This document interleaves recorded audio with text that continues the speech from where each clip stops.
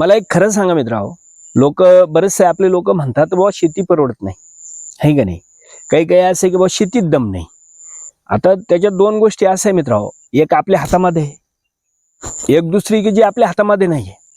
शेती नाही परवडायची दोन कारण आहे. एक तर आपण शेती काही दम नाही म्हणणाऱ्याला मला सांगायचं आहे की बाबा तुम्ही तुमचं पुरा दम ज्यावेळेस शेतीला दाखविता, कष्ट घेता, घाम गाळीता, त्यावेळेस शेती तुम्हाला तिचा दम दाखीन. आणि दुसरी गोष्ट आहे जी मित्रांनो, ती आपल्या हातात नाही, ती म्हणजे शेतीमालाचे योग्य भाव. आता भावाची परेशानी अशी मित्रांनो की बुवा 10-15 वर्षापासून जे भाव आहे तेच आहे का नाही, त्याच्यामध्ये काही बदल नाही. म्हणजे त्याच्यामुळे एक शेती नाही परवडायची कारण झाले.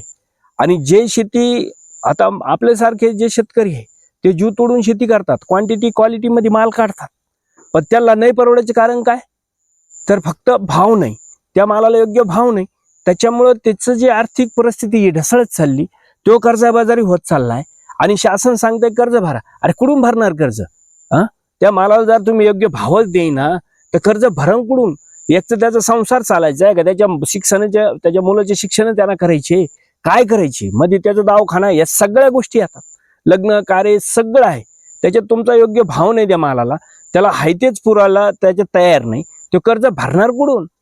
म्हणजे याची तुम्हाला लाज वाटली पाहिजे की तुम्ही जर योग्य भाव द्याला तर शेतकरी या गोष्टी करील.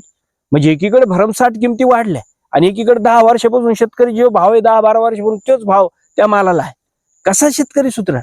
आणि म्हणून सांगतो मित्रांनो, हे दोन कारण आहे का शेती नाही परवडायची. फक्त मला तर जबरदस्त कारण काय वाटतंय की बुवा मालाला योग्य भाव नसल्यामुळे शेती परवडत नाही. चला, जय जवान जय किसान जय महाराष्ट्र.